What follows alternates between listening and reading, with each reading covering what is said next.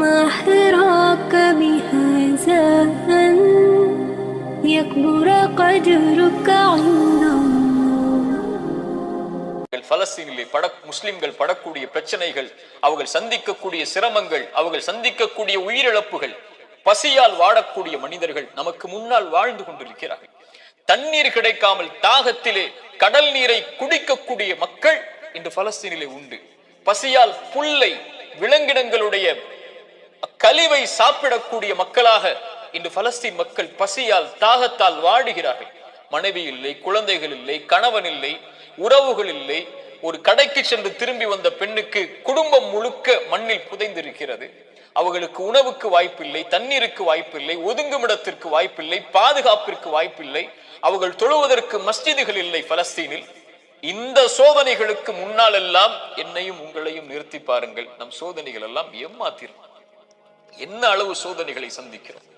இப்படி மனித இனத்தில் அல்லாஹ் அவன் நாடியவர்களை அவன் நாடிய அளவு சோதனைகளை கொடுத்து நெருக்கிக் கொண்டே இருப்பான். இந்த சோதனையில் இருக்கக்கூடிய எனக்கும் உங்களுக்கும் குர்ஆனும் சுன்னாவும் சொல்லக்கூடிய மருந்துகள் என்ன தெரியுமா? முதலாவது மருந்து எடுத்துக்கொள்வோம், அல் ஈமானு பில் கதரி கைரிஹி வ ஷர்ரிஹி. நன்மையாயினும் தீயதாயினும் எதுவாயினும் என் இறைவனின் புறத்திலிருந்துதான் என்னை வந்தடைகிறது. அவன் இந்த சோதனை வருவதற்கு முன்னதாகவே அந்த விதியை நிர்ணயித்திருக்கிறான், அதை அறிந்திருக்கிறான். அந்த சோதனை எனக்கு வருகிறது. இதன் மூலமாக இறைவன் என்னை சுத்தப்படுத்த, என் அந்தஸ்தை உயர்த்த நாடுகிறான், அல்லது என்னை நான் செய்யும் பாவங்களால் தண்டிக்க நாடுகிறான். இதை பின்னால் விளக்குகிறேன். ஆனால் ஒரு முஃமின் சோதனைகள் வரும்போது அவனுடைய உள்ளத்தில் பதிய வைக்க வேண்டிய முதல் அம்சம், இதை என் இறைவன் அறிந்திருக்கிறான். வமா தஸ்குது மின் வரகத்தின் இல்லா யஅலமுஹா. இந்த உலகத்தில் இருந்து ஒரு மரம், அந்த மரத்தில் இருந்து ஒரு இலை கீழே விழ முடியாது என் இறைவனுடைய நாட்டம் இல்லாமல், கல்வி இல்லாமல். இதை அறிந்த இறைவன் என் சோதனையை அறியாமல் இருப்பானா? எனக்கு வரக்கூடிய நோயை, செல்வ இழப்பை, கஷ்டங்களை, சிரமங்களை, பிரிவை என் இறைவன் அறியாமல் இருப்பானா?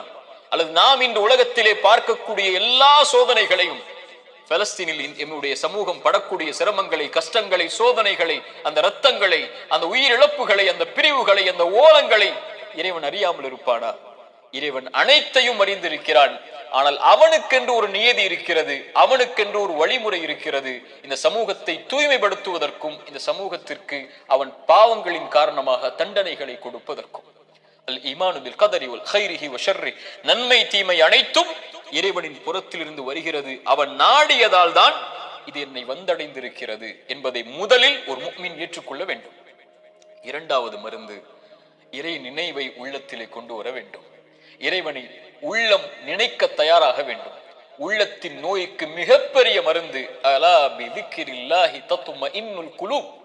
உள்ளத்தின் நிம்மதியை அல்லாஹ் திக்ரில் வைத்திருக்கிறான், அவனுடைய நினைவில் வைத்திருக்கிறான். ரப்பை ஒருவன் சோதனையில் நினைத்தால் ஃபத்குருனி ஃபத்குரூனி அத்குருக்கும், ஃபத்குரூனி அத்குருக்கும், என்னை நினையுங்கள். ரப்பு சொல்லுகிறான், உங்களை படைத்தவன் சொல்லுகிறான், உங்களை பரிபாலிப்பவன் சொல்லுகிறான், அத்குருக்கும், உங்களை நான் நினைக்கிறேன். அல்லாஹு அக்பர். அல்லாஹ் நினைத்து விட்டால் உங்களுடைய சோதனைகள் எல்லாம் எம்மாத்திரம் அவனுக்கு நீக்குவதற்கு. உங்கள் நோயில் இறைவன் உங்களை நினைத்து விட்டால் அவனை தவிர வேறு யார் உங்களுக்கு மருந்தை கொடுத்து அந்த நோயை நீக்க முடியும்? செல்வ இழப்பை நீக்க முடியும், பிரிவுடைய கவலைகளை நீக்க முடியும், வாழ்வின் பிரச்சனைகளை நீக்க முடியும். அல்லாஹுடைய தூதர் ஸல்லல்லாஹு அலைஹி வஸல்லம் சொன்னார்கள், அல்லாஹ் கூறுவதாக, ஒரு அடியான் என்னை எப்படி நினைக்கிறானோ அது போன்றே நானும் அவனை நினைக்கிறேன். அவன் என்னை நினைத்தால் நான் அவனோடு இருந்து விடுகிறேன். அவன் என்னை தனிமையில் நினைத்தால் நானும் அவனை தனிமையில் நினைக்கிறேன்.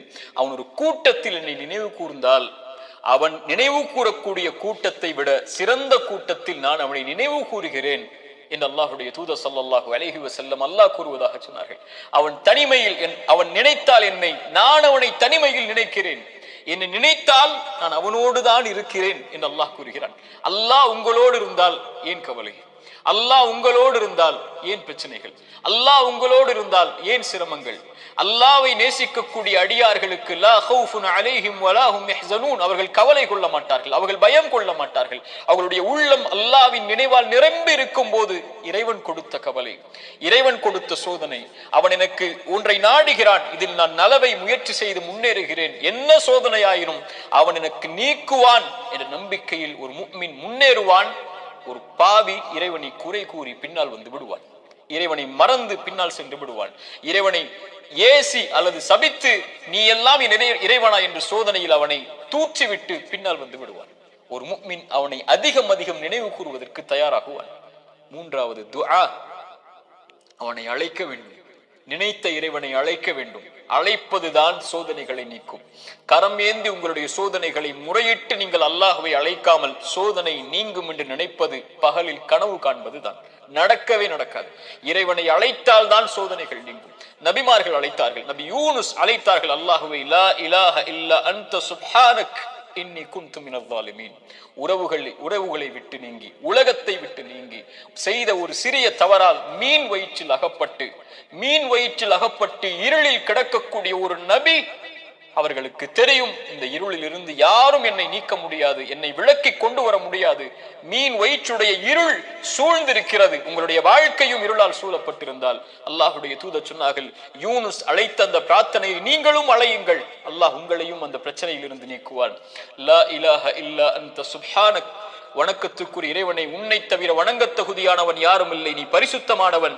இன்னி குன்து மினல் ஸாலிமீன், அநீதம் செய்பவன் யா அல்லாஹ், அநீதத்திற்கு உள்ளானவன் யா அல்லாஹ், எனக்கு இந்த சோதனைகளை நீக்கு யா அல்லாஹ் என்று அவன் கேட்பான். அல்லாஹ் அந்த சோதனையை நீக்குவான். நான் செய்த பாவத்தால் எனக்கு இந்த சோதனை என்றால் இதோ விடுகிறேன் யா அல்லாஹ், நீக்கு யா அல்லாஹ். நபி யூனுஸ் அழைத்தார், அல்லாஹ் நீக்கிறான். நபி மூசா அழைத்தார், அல்லாஹ் நீக்கிறான். நபி இப்ராஹிம் அழைத்தார்கள், அல்லாஹ் நீக்கினான். நபி தாவூத் அழைத்தார்கள், அல்லாஹ் நீக்கினான். நபி நூஹ் அழைத்தார்கள், அல்லாஹ் நீக்கினான். நபி ஜக்கரியா அழைத்தார்கள், அல்லாஹ் நீக்கினான். நபி அய்யூப் அழைத்தார்கள், அல்லாஹ் நீக்கினான். முஹம்மது ரசூலுல்லாஹ் ஸல்லல்லாஹு அலைஹி வஸல்லம் அழைத்தார்கள், அல்லாஹ் நீக்கினான். நாம் அழைத்தோமா அல்லாஹ்வை? நாம் கேட்டோமா அல்லாஹ்விடத்தில்? நாம் முறையிட்டோமா, யா அல்லாஹ் இந்த சோதனையால் சிரமப்படுகிறேன், அவதிப்படுகிறேன், கஷ்டப்படுகிறேன், இன்னல் படுகிறேன், கண்ணீர் வடிக்கிறேன், எனக்கு இந்த சோதனையை நீக்கு யா அல்லாஹ், என் பாவத்தின் மூலமாக வந்திருந்தால் இதோ இந்த பாவங்களை விட்டு விலகி வருகிறேன் யா அல்லாஹ், என் கவலையை நீக்கு என்று கேட்டிருக்கிறோமா?